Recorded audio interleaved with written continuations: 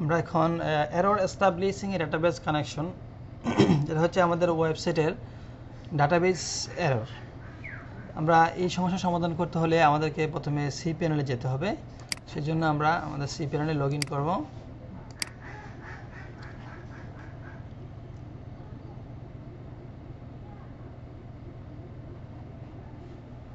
C প্যানেলে log in করার জন্য আমরা লগ ইন টু সি প্যানেলে গেলাম। তারপর এখান থেকে আমরা ফাইল ম্যানেজারে যাব। ফাইল ম্যানেজার দেখে হচ্ছে পাবলিক HTML। তারপর এখান থেকে আমরা আমাদের যে WP config যে ফাইলটা আছে এই ফাইলটাকে আমরা ওপেন করব। এটিতে ক্লিক করলাম।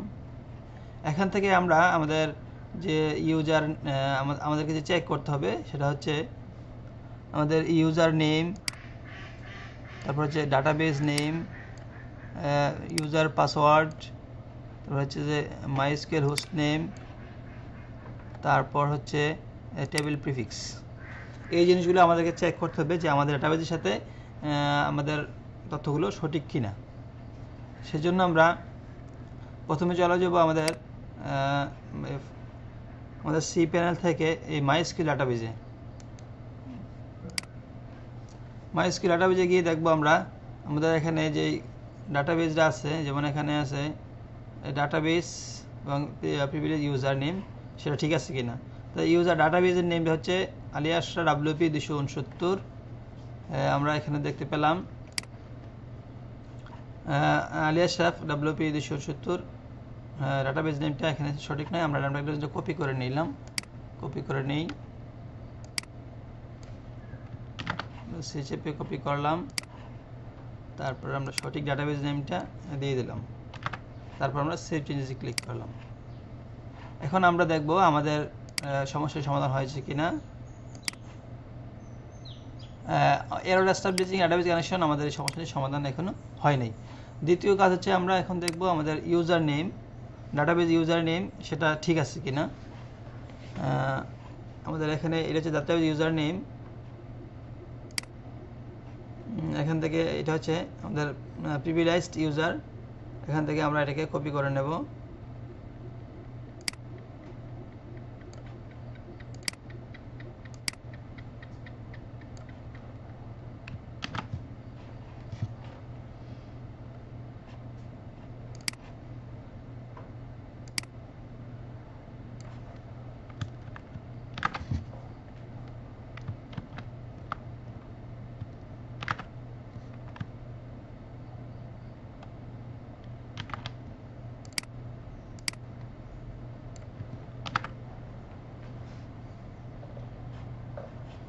সেভ চেঞ্জে ক্লিক করব।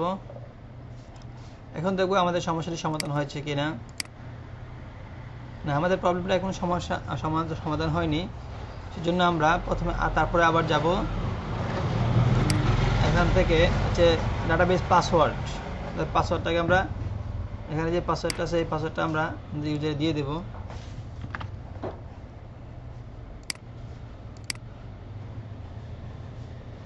এখান থেকে যে কারেন্ট ইউজার যে চেঞ্জ পাসওয়ার্ডে যাব।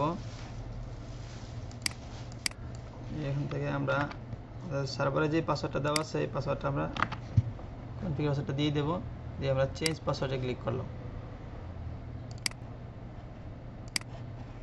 এখন দেখব আমাদের সমস্যার সমাধান হয়েছে কিনা। দেখতে যে তাও সমস্যার সমাধান হয়নি। তারপর আমাদেরকে যেতে হবে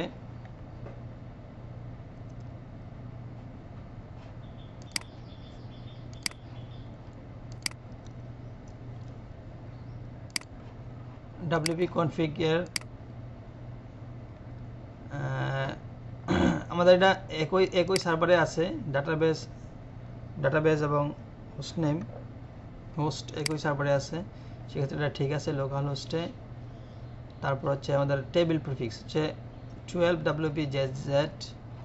আমরা এখন দেখব আমাদের এটা ঠিক আছে কিনা।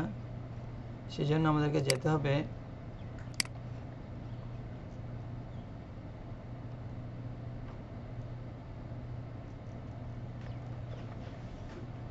আমাদেরকে যেতে হবে ডাটাবেস PHP মাই অ্যাডমিন যেতে হবে। এটা হচ্ছে আমাদের ডাটাবেসটা। এখানে আমরা দেখব এই যে WP JZ, আমাদের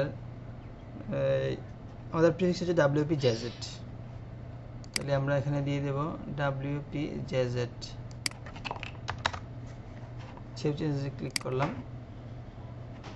এখন আমরা দেখব আমাদের এরর ঠিক হয়েছে কিনা। দেখতে পাচ্ছি আমাদের এরর এখনো ঠিক হয় নাই। আমরা আরেকবার চেক করে নিচ্ছি।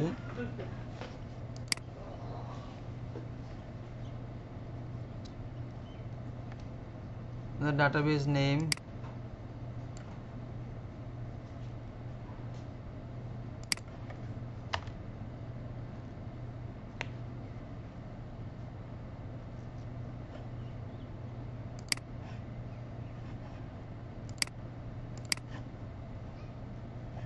এখন ঠিক আছে। এখানে যে সমস্যাটা হয়েছিল, এখানে আমরা একটা এক্সট্রা স্পেস পড়ে গিয়েছিল এই জায়গায়, ইউজার নেমের জায়গায় এখানে এক্সট্রা একটা স্পেস পড়ে গিয়েছিল। আমাদেরকে খেয়াল করতে হবে সবসময় যেন আমরা এই ইনভার্টেড কমার মধ্যে যেন আমাদের database name, user name, password সব কিছু থাকে এবং এক্সট্রা যেন কোনো স্পেস না পড়ে। Thank you all.